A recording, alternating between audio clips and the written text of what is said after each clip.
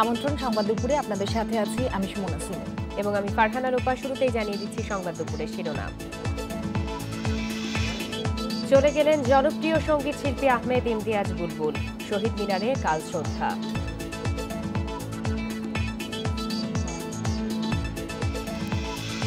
স্বচ্ছতা ও জবাবদিহি নিশ্চিতে এক হয়ে কাজ করার নির্দেশ, একনেক সভায় প্রধানমন্ত্রী।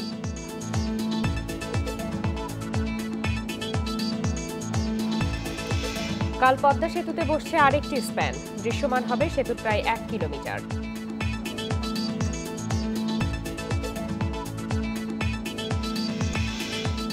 এতক্ষণ শিরোনাম শুনছিলেন আপনারা, এবার পুরো খবর। মুক্তিযোদ্ধা, সুরকার ও সঙ্গীত শিল্পী আহমেদ ইমতিয়াজ বুলবুল আর নেই। ভোর 4:30টার দিকে রাজধানীর আফতাবনগরের বাসায় হৃদরোগে আক্রান্ত হলে হাসপাতালে নেয়ার পর তাকে মৃত ঘোষণা করেন চিকিৎসক। প্রখ্যাত এই শিল্পীর বয়স হয়েছিল 63 বছর। তার মৃত্যুতে শোক জানিয়েছেন রাষ্ট্রপতি মোহাম্মদ আব্দুল হামিদ ও প্রধানমন্ত্রী শেখ হাসিনা। উনি গ্রামে থাকবে, একান্তে থাকবে, এই শহর ওনার ভালো লাগতো না। উনি আল্লাহর কাছে চলে গেছেন, ভালো থাকেন এটাই আমরা চাই। আর ওনার সৃষ্টি তো আজীবন থাকবে। সকালে আহমেদ ইমতিয়াজ বুলবুলের মরদেহ হাসপাতাল থেকে আনা হয় তার আফতাবনগরের বাসায়। সেখানে তখন কান্নার রোল, বিহ্বল তার বন্ধু, সহকর্মী সহ শুভাকাঙ্ক্ষীরা।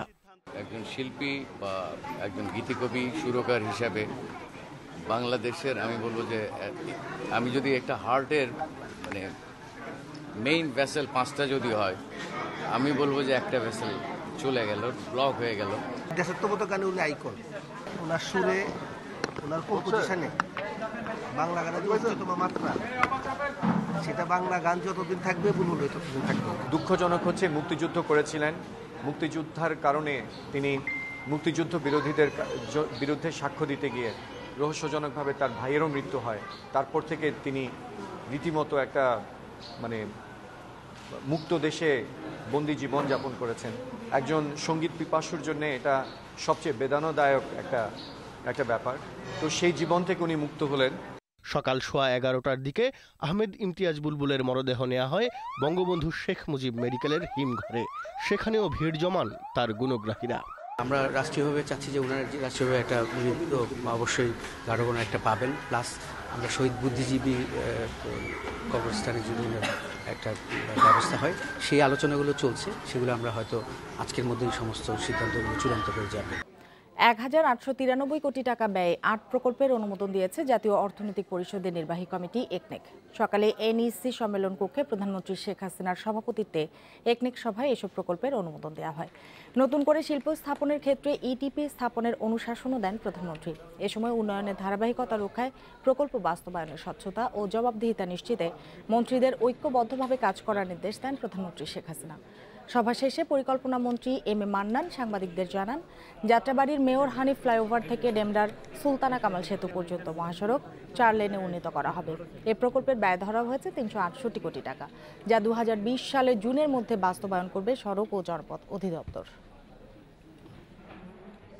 আমাদের যে লক্ষ্যটা, সেই লক্ষ্যটা যদি আমরা অর্জন করতে পারি, এখন আমরা উন্নয়নশীল দেশ এবং আমাদের প্রবৃদ্ধি আমরা 7.86 উন্নীত করতে পেরেছি। এটা আমাদের ধরে রাখতে হবে এবং সামনে আরও এগিয়ে যেতে হবে।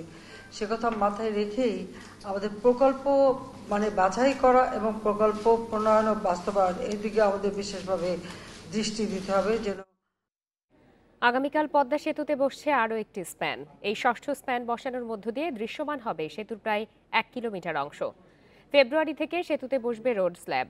এদিকে নকশা জটিলতা কেটে যাওয়ায় কাজের গতি বাড়াতে প্রকল্পে সংযোজন হচ্ছে নতুন যন্ত্রপাতি ও দক্ষ জনবল। শান্ত নদীর বুকে সগৌরবে দাঁড়িয়ে স্বপ্নের সেতুর কিছু অংশ একটির পর একটি স্প্যান বসে পূরণ হচ্ছে 16 কোটি মানুষের স্বপ্ন। গত বছরের জুনে 5ম স্প্যান বসানোর পর কেটে গেছে 6 মাস। তবে নকশা জটিলতা, নাব্য সংকট সহ নানা সমস্যায় সেতু 37 ও 36 নম্বর পিলারে বসানো যায়নি 6ষ্ঠ স্প্যান। আসার কথা চলতি সপ্তাহে বসছে স্টিলের তৈরি 3200 টনের স্প্যানটি। অন্যান্য বছরের থেকে অনেক বেশি পলি পড়ে গেছে, 10টা ব্রেজার তার লাগিয়েছে। এটা অনেক সময় যেটা আমরা আশা করি না এত পলি করতে পারি, সেটা যেহেতু হয়ে গেছে, এখন যে কোনো সময় আমরা আগামী 5-7-10 দিন মাওপ্রান্তে ও নদীর মাঝ অংশে পুরোপুরি শেষ হয়েছে 16টি পিলারের কাজ, আর চলমান রয়েছে 15টির। এদিকে মূল সেতুর 1.5 কিলোমিটার কাঠামোতে স্থাপন করা হয়েছে 112টি রেল লাইনের স্ল্যাব। আগামী মাসে বসবে 22 মিটার দৈর্ঘ্যের রোড স্ল্যাব। ইতিমধ্যে ইয়ার্ডে প্রস্তুত করা হয়েছে 200টি। 14টি পিলারের নকশা জটিলতা কেটে যাওয়ায় কাজে গতি আনছে সেতু কর্তৃপক্ষ।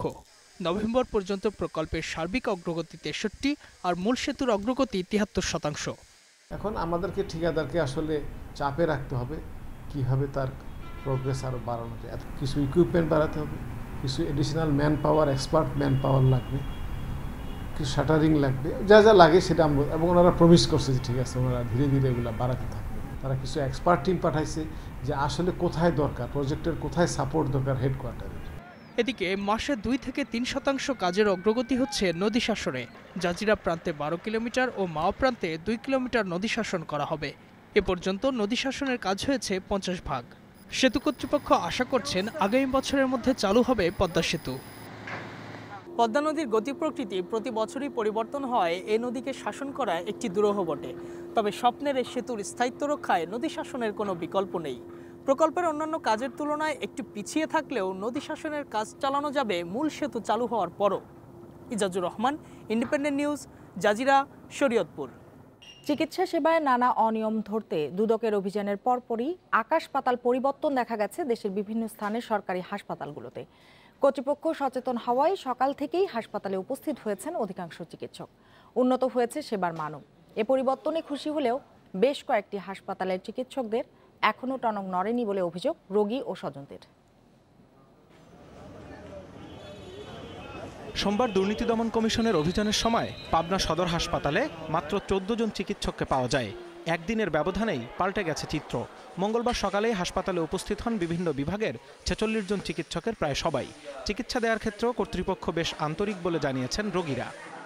আজকের পরিবেশ এখন তো দেখছি ভালোই, কালকে পরিবেশ আজকে একরকম ছিল। কাজের আর কোনো সমস্যা হবে না, কিন্তু এভাবে যেন চলে, সেবা যেন এভাবেই পায়। সদর হাসপাতালের পাশাপাশি বিভিন্ন উপজেলা স্বাস্থ্য কমপ্লেক্সের মান উন্নয়নেও সিভিল সার্জনের নেতৃত্বে চলছে পরিদর্শন। সতর্ক করা হয়েছে প্রতিটি হাসপাতাল সংশ্লিষ্ট সবাইকে। আজকে আমাদের হাসপাতালে আমাদের 3 জন ডাক্তার অনুমোদিতভাবেই সিএলএ আছে, মানে ক্যাজুয়াল লিভে আছেন আর বাকি সবাই উপস্থিত আছে। টাঙ্গাইলের দেলদুয়ার উপজেলা স্বাস্থ্য কমপ্লেক্সে 10 চিকিৎসকের 4 জন উপস্থিত থাকার কথা সোমবারের অভিযানের সময় জানায় দুদক। তবে মঙ্গলবার সবাই ছিলেন কর্মক্ষেত্রে। পরিবর্তনের হাওয়া লেগেছে জেলার অন্য হাসপাতালগুলোতেও। সেবা ষষ্ঠ সুন্দরভাবে করতেছে, বুঝছেন, অসুবিধা নাই, কোনো ত্রুটি নাই। দিনাজপুর জেনারেল হাসপাতালে 26 জন চিকিৎসকের প্রায় সবাইকেই হাসপাতালে দেখা গেছে। সেবা নিতে তেমন কোনো ভোগান্তি পোহাতে হচ্ছে না বলেও জানান রোগীরা। আমাদের প্রায় 50 জনের মতো আমরা উপস্থিত ছিলাম। সবাইকে এ ব্যাপারে সতর্ক করা হয়েছে এবং সকাল 8টার সময় আমাদের এই হাসপাতালের কার্যক্রম শুরু হয় এবং 2:30 পর্যন্ত চলে। তারপরেও জরুরি বিভাগ, অন্যান্য ইনডোরের জরুরি চিকিৎসা সেবা চলে। রংপুরের পীরগঞ্জ স্বাস্থ্য কমপ্লেক্সের 10 চিকিৎসকের মধ্যে দীর্ঘদিন ধরেই অনুপস্থিত 3 জন। দুদকের অভিযানের পর তাদেরকে কারণ দর্শানোর নোটিশ দিয়েছে কর্তৃপক্ষ। তবে কুষ্টিয়ার কুমারখালী উপজেলা স্বাস্থ্য কমপ্লেক্সের পরিস্থিতি আগের মতোই। অভিযানের পরও সেবার মানে নেই কোনো পরিবর্তন। মঙ্গলবার সকাল 9:45টায়ও হাসপাতালের অধিকাংশ কক্ষ ছিল তালাবদ্ধ, যদিও চিকিৎসকদের দাবি তাদের কোনো গাফিলতি নেই। এখানে সবচেয়ে বড় যে সমস্যা, ডাক্তারদের যে দুর্ব্যবহার। রোগীরা বিভিন্ন সময় এই ডাক্তারদের কাছে নিগৃহীত হয়। রোগী বেডে চিল্লাচিল্লি করলে নার্স ছাড়া ওই বড় ডাক্তার খোঁজ করে পাওয়া যায় না। এছাড়া রাজশাহীর গোদাগাড়ী উপজেলা স্বাস্থ্য কমপ্লেক্স সহ হাসপাতালগুলির সেবার মানেও তেমন কোনো পরিবর্তন দেখা যায়নি। Zahidul Bashar, independent news desk. লক্ষ্মীপুরে বেসরকারি ক্লিনিক ও ডায়াগনস্টিকের সংখ্যা প্রায় 150। বেশিরভাগেরই নেই যথাযথ সরকারি অনুমোদন। দক্ষ জনবল আর চিকিৎসক না থাকায় পর্যাপ্ত অর্থ ব্যয় করেও সঠিক চিকিৎসা পাচ্ছে না রোগীরা। প্রশাসনের নজরদারিও নেই তেমন বলে অভিযোগ রয়েছে। ডায়াগনস্টিক সেন্টার ও ক্লিনিকের অনুমোদন পেতে সার্বক্ষণিক চিকিৎসক, সনদপ্রাপ্ত নার্স, মেডিকেল টেকনোলজিস্ট সহ বিভিন্ন বিভাগে জনবল থাকতে হবে। এক্সরে সহ বিভিন্ন রেডিও ইমেজিং পরীক্ষা নিরীক্ষার জন্য দরকার আণবিক শক্তি কমিশনের ছাড়পত্র।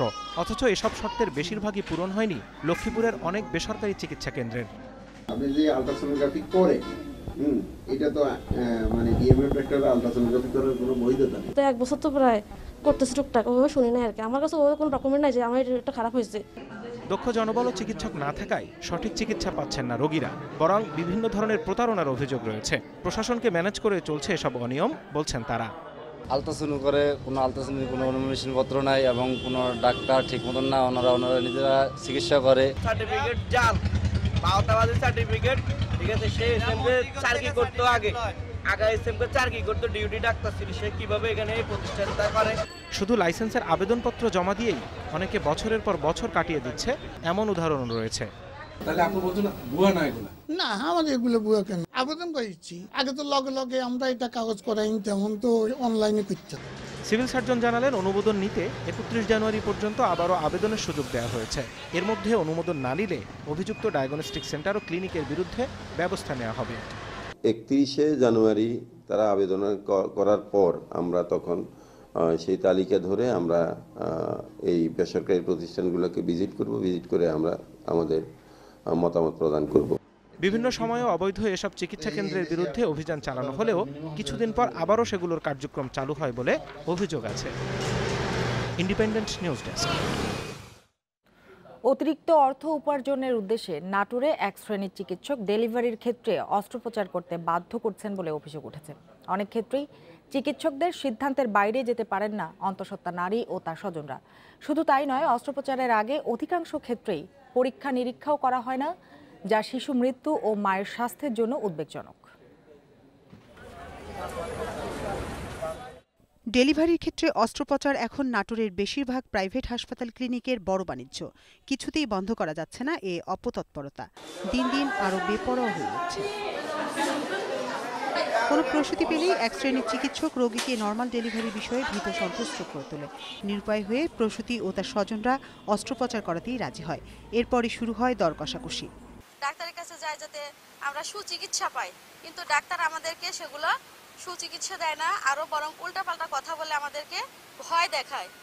আমার বাচ্চা পানি স্বল্পতা দেখা দিছিল, ডাক্তার আমাকে সিজার করতে বলছিল, তার জন্য আমি সিজার করছি। ডাক্তার চেক করার পরে যে ডেট দিয়েছে 10 জানুয়ারিতে হবে, পরে 30 ডিসেম্বরে হয়ে গেছে, ব্যথা উঠছে। 70% সিজারিয়ান অপারেশন হয়ে বাচ্চা ডেলিভারি হয়, আর 30% বা কোনো ক্ষেত্রে 40%ও কিছু কিছু প্রতিষ্ঠানে নর্মাল ডেলিভারি হয়। অস্ত্রোপচার বাণিজ্যের কথা স্বীকার করে এই গাইনি বিশেষজ্ঞ জানান, এ প্রক্রিয়ায় সন্তান প্রসবে শিশু মৃত্যুর হার বৃদ্ধি পাচ্ছে, সেই সাথে প্রসূতিরাও পড়ছেন স্বাস্থ্য ঝুঁকিতে। দেখা যায় যে সিজার করে অপরিণত বাচ্চা বের করছে, সেখানে শিশু মৃত্যুর হার তো বাড়ছেই, আর মাতৃমৃত্যুর হার না বাড়লেও পরবর্তীতে যে কমপ্লিকেশন, বিভিন্ন ধরনের সমস্যা, ইনফেকশন বা পিপিএইচ বা পরবর্তীতে পিআইডি, অনেক ঝুঁকি তো থাকছেই মায়ের। ব্যবসায়িক দৃষ্টিভঙ্গিতে কোনো প্রসূতিকে যেন অস্ত্রোপচার করা না হয় সে বিষয়ে ক্লিনিক মালিকদের সাথে আলোচনায় বসার কথা জানিয়েছেন সিভিল সার্জন। ব্যবসায়িক দৃষ্টিভঙ্গি থেকে যদি কোনো ক্লিনিক মালিক করে নেয়, ওইটা অবশ্যই একটা অনৈতিক আমরা কোনো এই বিষয়ে যদি আপনি বললেন, আর বিষয়ে আমরা ক্লিনিক মালিক যারা আছে তাদেরকে নিয়ে ভবিষ্যতের বসে আমরা করবো যে তারা অযথা ব্যবসায়িক মনোভাব নিয়ে তারা যেন এই বিষয়টা সিজার না করে। এদিকে সাধারণ মানুষ কোনোভাবে যেন হয়রানির শিকার না হয় সেদিকে লক্ষ্য রাখারও আশ্বাস দেন civil surgeon. Independent news desk. নেত্রকোনায় গত 10 দিনে 3 শতাধিক শিশু রোটা ভাইরাসজনিত ডায়রিয়ায় আক্রান্ত হয়েছে। শীতের কারণে এই রোগের প্রাদুর্ভাব জানালেন চিকিৎসকরা। রোগ প্রতিরোধে অভিভাবকদের সচেতন থাকার পরামর্শ দেন তারা। নেত্রকোনা আধুনিক সদর হাসপাতাল সহ উপজেলা স্বাস্থ্য কমপ্লেক্সে প্রতিদিনই ভর্তি হচ্ছে প্রায় 20টি শিশু। বেশিরভাগই রোটাভাইরাস জনিত ডায়রিয়ায় আক্রান্ত। এই রোগে আক্রান্ত শিশুদের শুরুতে পাতলা পায়খানা, বমি ও পরে তীব্র পানিশূন্যতা দেখা দেয়। বাচ্চার এই ফেট অসুখ, হাতলা পায়খানা করতেছে, বাচ্চার এই ফেট সূর্য রয়েছে। ডায়রিয়ার জন্য 15 থেকে 20 জন পেশেন্ট অ্যাডমিট হচ্ছে, আর আমরা আমাদের সাধ্যমতো যতটুকু প্রেসক্রিপশন অনুযায়ী সব ট্রিটমেন্ট দিয়ে দিচ্ছি। জেলা সিভিল সার্জন বলছেন, এই রোগে আতঙ্কিত হওয়ার কিছু নেই। শীতে এই রোগে আক্রান্ত হওয়াটা স্বাভাবিক। আমাদের সদর হাসপাতালে নিউমোনিয়া ভাইরাসজনিত রোটা ভাইরাসজনিত ডায়রিয়া যাদের আছে, তবে ইপিডেমিক আকারে কোনো রকমের অকারেন্স নাই। এন্ডেমিক যেগুলো সারা বছর এরকম থাকে, ওই রকম বাচ্চাদের নিউমোনিয়া এবং রোটা ভাইরাসজনিত ডায়রিয়া আছে। আক্রান্ত শিশুদের খাবার স্যালাইন দেওয়ার পরামর্শ চিকিৎসকদের। সেই সঙ্গে রোগের তীব্রতা বাড়লে দেরি না করে কাছের হাসপাতালে নেয়ার কথা বলছেন তারা। Independent news desk. মানিকগঞ্জের সিংগাইরে জয়মণ্ডপ এলাকায় অভিযান চালিয়ে পেট্রোল বোমা, ককটেল ও অস্ত্র উদ্ধার করেছে র্যাব। এ সময় তমিজউদ্দিন নামে একজনকে আটক করা হয়েছে। সকালে তমিজউদ্দিনের বাড়ির পাশ থেকে এসব বোমা উদ্ধার করা হয়। র্যাব 4-এর মেজর আব্দুল হাকিম জানান, গোপন সংবাদের ভিত্তিতে অভিযান চালিয়ে পাটখড়ির স্তূপের ভেতর থেকে 4টি পেট্রোল বোমা, 10টি ককটেল, পিস্তল ও 2 রাউন্ড গুলিসহ ম্যাগাজিন উদ্ধার করা হয়। তমিজউদ্দিনকে জিজ্ঞাসাবাদ শেষে ঘটনায় আরও কেউ জড়িত থাকলে তাদের আটক করতে অভিযান চালানো হবে বলেও জানান র্যাবের এই কর্মকর্তা।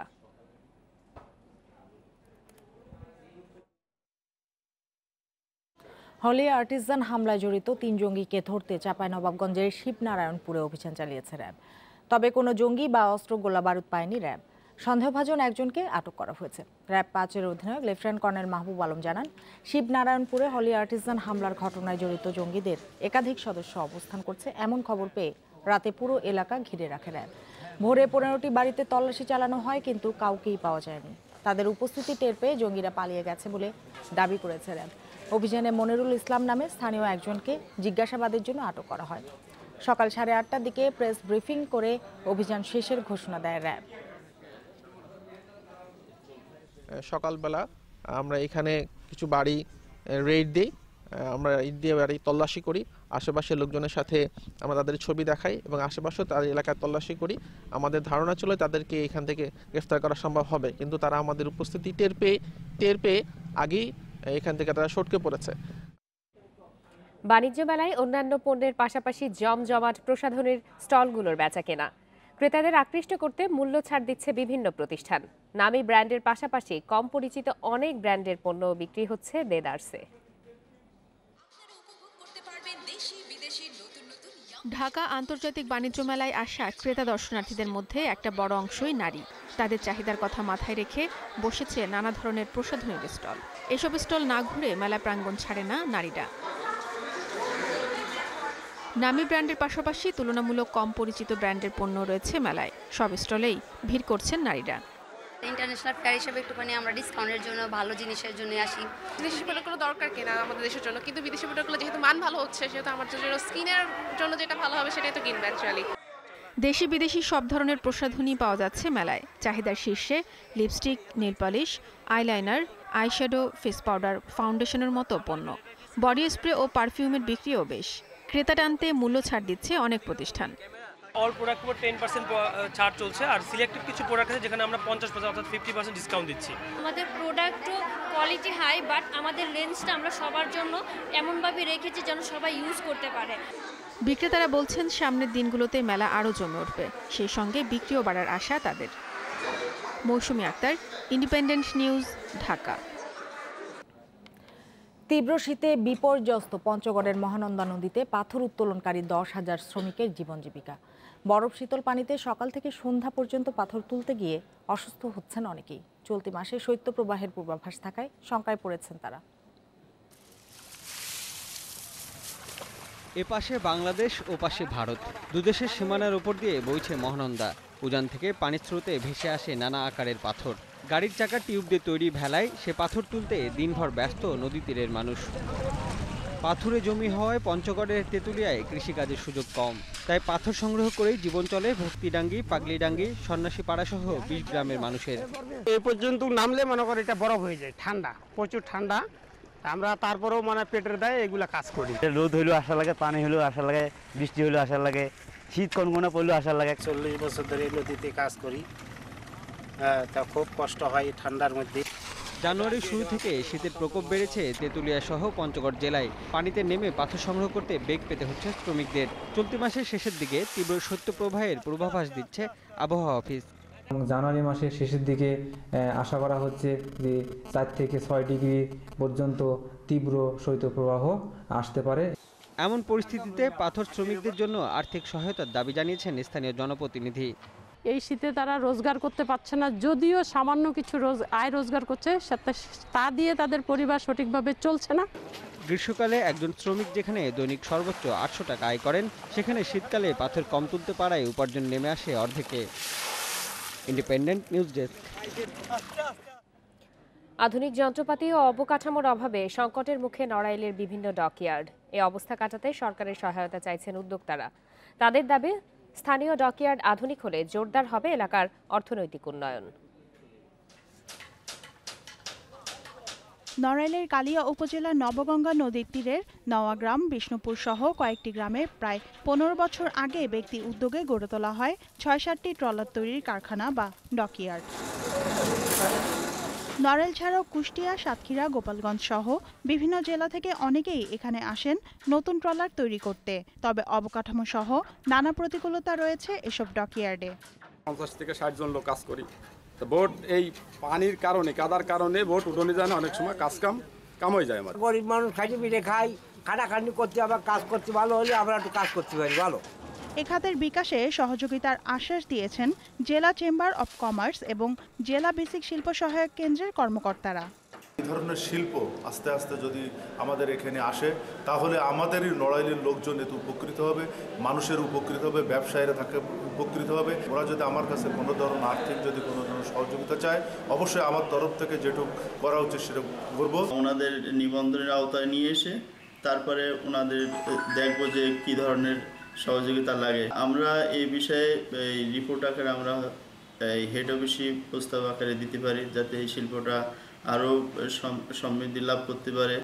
এসব কারখানায় প্রতি বছর 50 থেকে 60টি ট্রলার তৈরি ও মেরামত করা হয়। আকারভেদে নতুন একটি ট্রলার 1 লাখ থেকে 15 লাখ টাকায় নির্মাণ করা হয়। Independent news desk.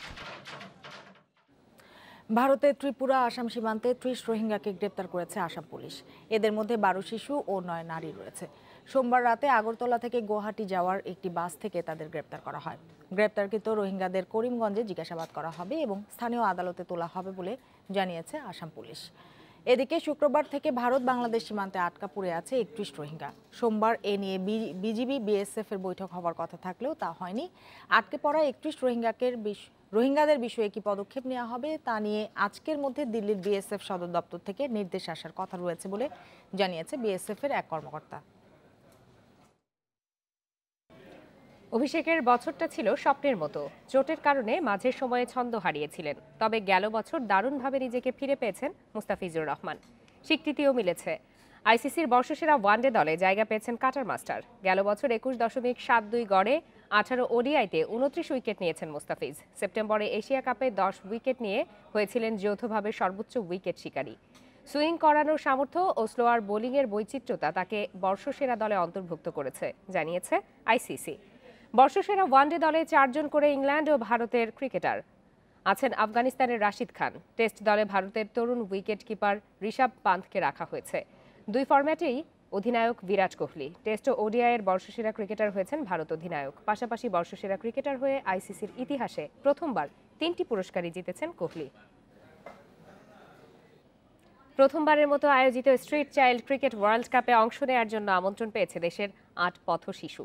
তবে পাসপোর্ট সহ নানা কাগজপত্র তৈরিতে জটিলতার কারণে বিশ্বকাপে যোগ দেয়া নিয়ে সৃষ্টি হয়েছে অনিশ্চয়তা। এপ্রিলে যুক্তরাজ্যের 2টি শহরে এই বিশ্বকাপ আয়োজন করেছে আন্তর্জাতিক সংস্থা স্ট্রিট চাইল্ড ইউনাইটেড। আমার মা মামি আমাকে অনেক অত্যাচার করতো, তাই আমি ওখান থেকে পালিয়ে কমলাপুর রেল স্টেশনে থাকি। কমলাপুরে বোতল টেকাতাম, ওগুলো আমি বেচে আমি আমার খাবার জোগাড় করতাম। আমার মা বাবাকে আমি কোথা থেকে আসছি আমি তাও জানি না। আমি রাস্তায় কাজ করছি, মানুষের বাসায় কাজ করছি। এমন গল্প দেশের অধিকাংশ পথশিশুর। তবে শুরুটা একরকম হলেও বাকিটা মেলে না জেসমিন, আরজু ও রাসেলদের সাথে। সমাজের কিছু মানবিক মানুষের সহায়তায় এবং একজন ব্যক্তির উদ্যোগে রেল, বাস স্টেশন, ফুটপাত ছেড়ে ওরা এখন অনেকটাই স্বাভাবিক জীবনে। ওরা 8 পথশিশু এখন স্বপ্ন দেখছে বিশ্বকাপ জয়ের।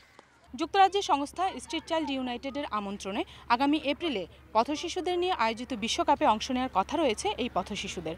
তবে তাদের বাবা মায়ের পরিচয় না থাকায় পাসপোর্ট প্রাপ্তি নিয়ে দেখা দিয়েছে অনিশ্চয়তা। এই পথশিশুদের দেখভাল করছেন ফরহাদ হোসেন।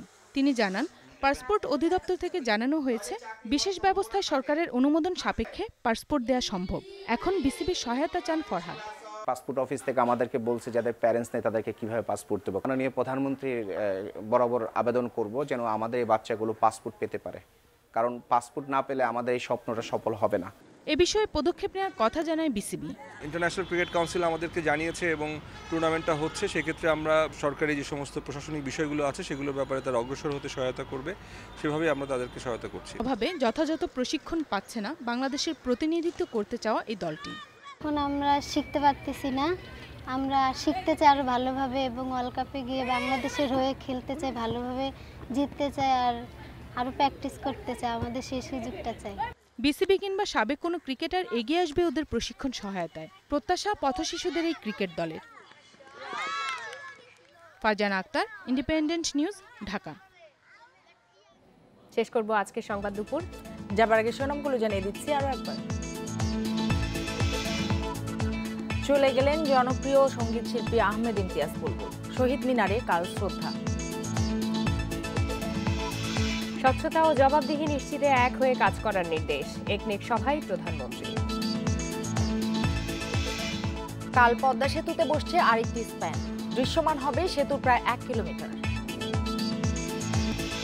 আর এই ছিল আজকের সংবাদ দুপুরে। আমন্ত্রণ আমাদের পরের আয়োজন দেখার।